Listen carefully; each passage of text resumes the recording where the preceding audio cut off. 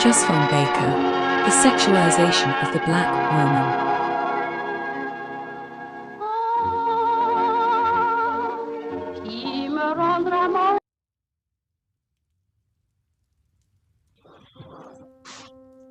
Mama, you're not gonna believe this. I'm moving. Hi, honey. Oh my God, you're moving somewhere down in New York? No, not to another place in New York. See, Mama, the troupe I'm dancing for, we got a nice little deal from Paris. Paris, France. France, Paris. And they want me to dance with them, Mama. Can you believe that? Me in Paris, France, dancing? It's like the best thing that could ever happen. Mama. No, Mama, why do you feel sad? It's just that... No, Mama, I can take care of myself. I've already been married. I've already danced in New York, New Orleans, all these places. I'm sure I can handle Paris. Well, I can learn how to speak French, Mama. All right. Mama, I'm sick of this. I'm sick of this. Every day there's a riot, there's a fight. I can't even sit in the same restaurant as some of my friends. In Paris, France, I heard you could sit where you like, eat where you like, talk to the gentlemen, talk to the women. Mama, I just don't want to be here no more. This is holding me down. America's holding me down. Why Josephine?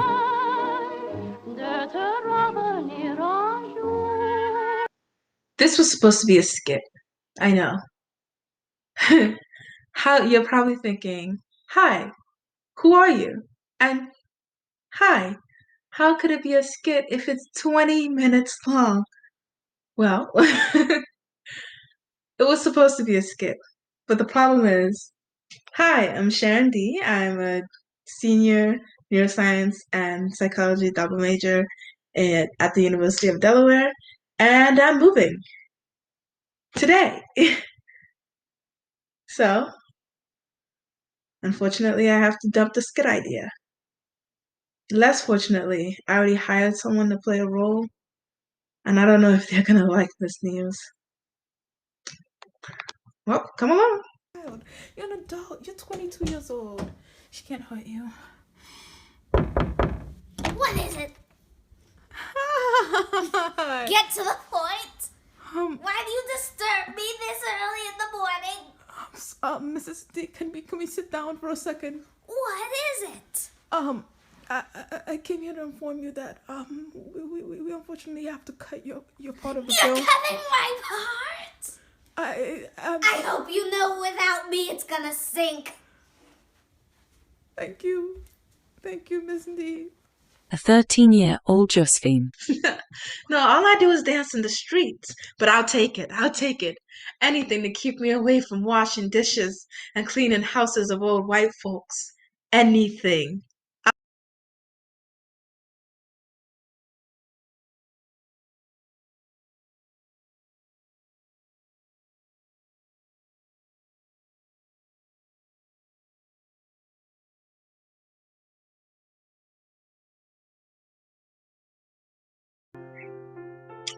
So you're probably wondering, right? Why Josephine Baker? She's well known. We know everything there is to know about her. She had a banana skirt. She was pretty. She had a banana skirt. She was pretty. And I get it. She did have a banana skirt. And she was pretty.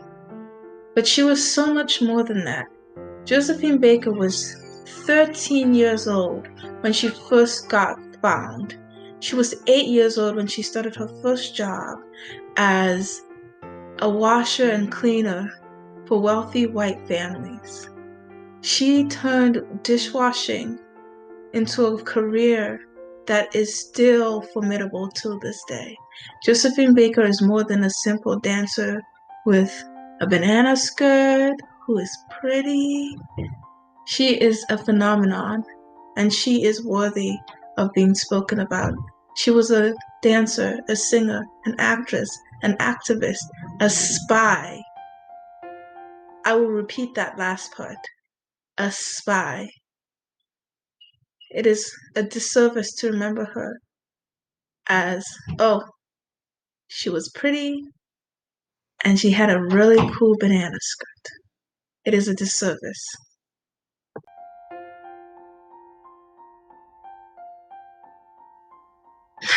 Honey, I don't know how to properly say this. I don't know what to say, but it's getting harder.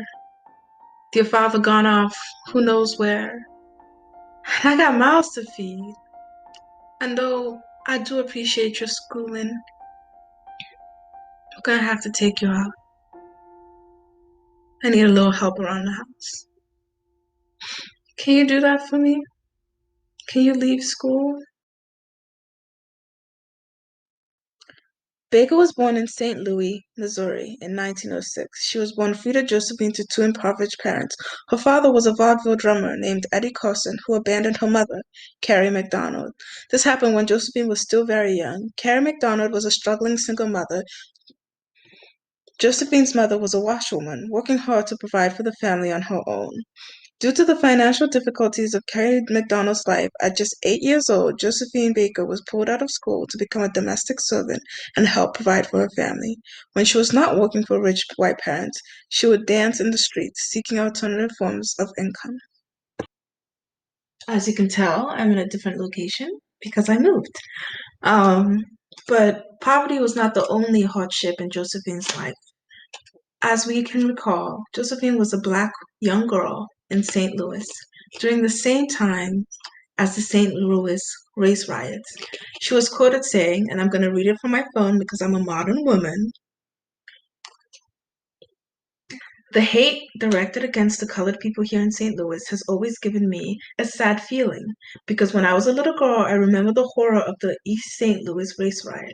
I was very tiny, but the horror of the whole thing impressed me so that here today at the age of 45, I can still see myself standing on the west bank of the Mississippi, looking over to East St. Louis and watching the glow of the burning of Negro homes lighting the sky. We children stood huddled together in bewilderment, not being able to understand the horrible madness of mob violence, but here we were, hiding behind the skirts of our grown-ups, frightened to death with the screams of the Negro families running across the bridge, with nothing but what they had on their backs as their worldly belongings." Bonsoir, je m'appelle Josephine, j'ai 17 ans, and je suis a dancer. Je suis une actrice aussi, une actrice, une danseur et un petit célèbre. Josephine's career was phenomenal. Josephine's career was formidable in a way because not only was she one of the first Black women to accomplish such stardom, she was also one of the first Black people to accomplish such stardom. Josephine was dancing in world-renowned studios. She was meeting famous people. She was the famous people people were meeting. Josephine was in a movie. She learned French, spoke languages. She was charismatic. In fact, she was often quoted as being one of the most phenomenal people you will ever meet. And then the war happened. And then the war happened.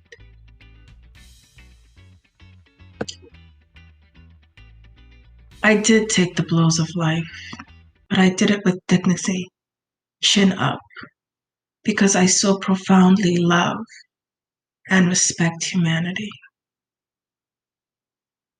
We have to do something.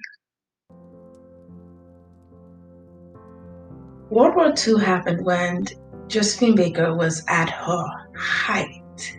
Although she had a couple of people coming to shows and booing, she was known as one of the greatest performers of her time.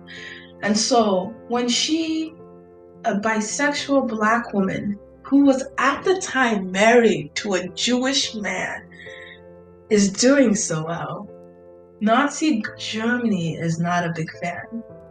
And so Josephine was targeted.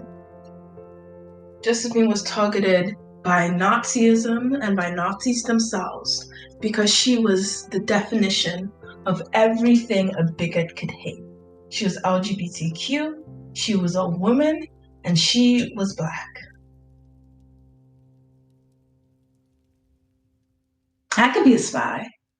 Yeah, I can wear fancy dresses and gowns.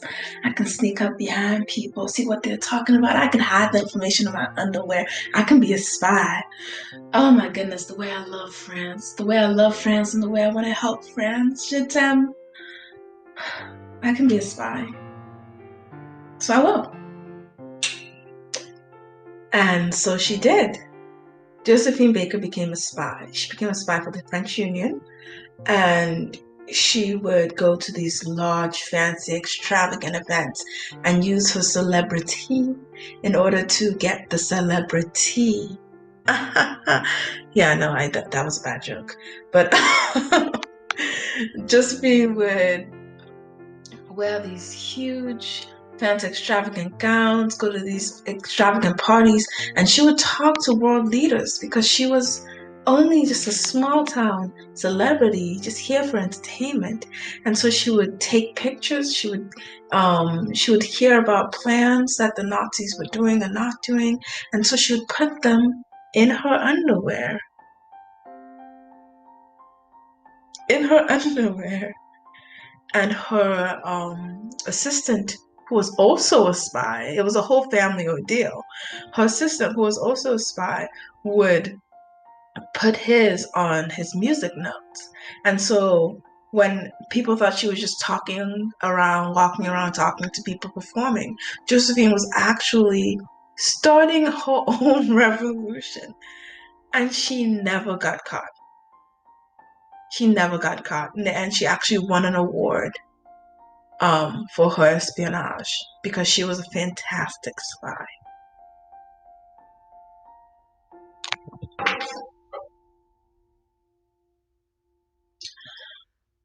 Now I think I've helped France as much as I can.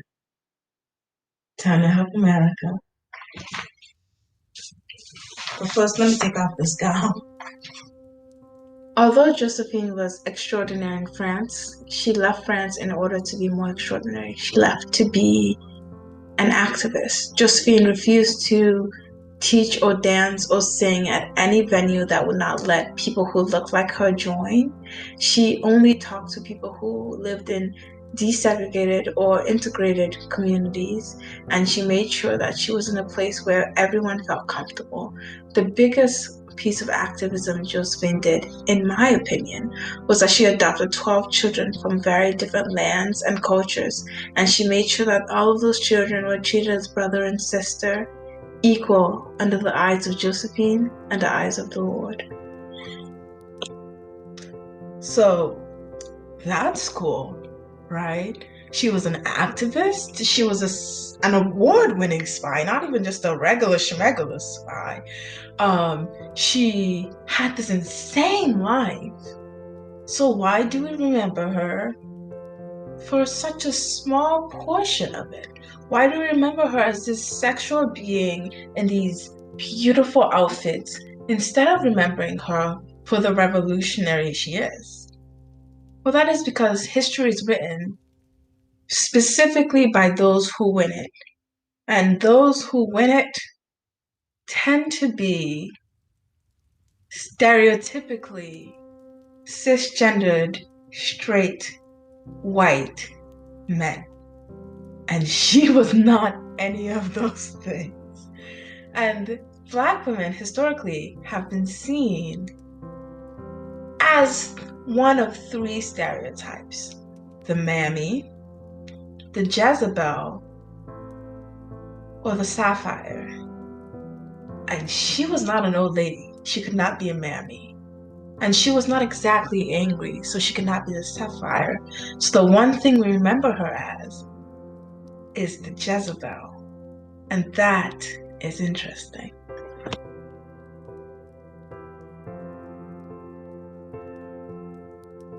Now, Sharon, what is a mammy, Jezebel, or sapphire? Well, mammies, Jezebels, and sapphires are kind of the ways Black women are contextualized in media.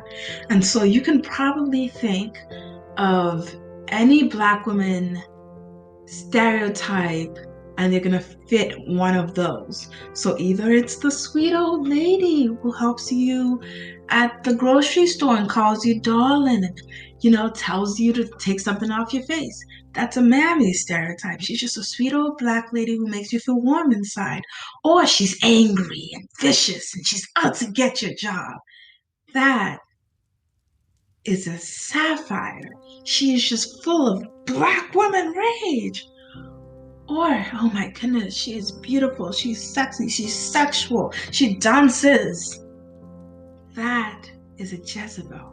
And that is how people love to remember Josephine Baker.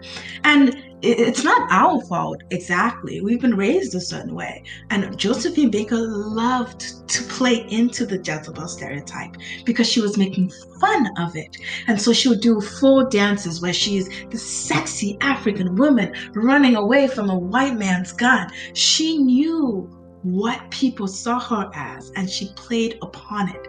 The issue is that when history was written, they forgot the fact that she played upon the role. She was not the role. Josephine Baker was an intelligent, intense woman who did a lot of intensely beautiful things. And we don't remember her for that. We remember her as the Jezebel. Whenever I say that historically women, especially Black women, are remembered as a stereotype, people go, oh no, but Sharon, I know so many people who aren't stereotypes. Like, think about the old lady who sat on the bus and she was sweet and old and helped people. Or think about the hidden figures people who were also seen as old ladies who are just really good at math and really helpful to the white protagonists of the story. Or what about the angry Black woman who saved all those slaves? Or what about the angry Black woman or the sweet old lady Black woman, or the sexy Black woman? They oftentimes bring up exactly what I am talking about. And what I am talking about is the fact that Josephine Baker being remembered as someone who had a really nice outfit on during one of her performances is not something new, because we remember people the way the world teaches us to remember them. Does that make sense? Josephine Baker was intensely versatile. That is the point of telling her story again. Josephine Baker was intensely versatile, as are Black women. And every time we remember them as these stereotypes, we erase a certain part of history that could be phenomenal to us. Josephine Baker was a spy. I know I keep saying that, but a spy. A spy. And every time you mention her, people only remember her for her beauty. And as many people have said before, she is beautiful. But that is the least interesting thing about her. And so are Black women. Black women are beautiful. And yes, they can be sweet old ladies and angry young ladies and very, very pretty. But that does not change the fact that Black women are versatile. They're human beings as complex as other human beings. And every time we choose to remember them as these stereotypes, we erase that fact. Let's work on not erasing that fact.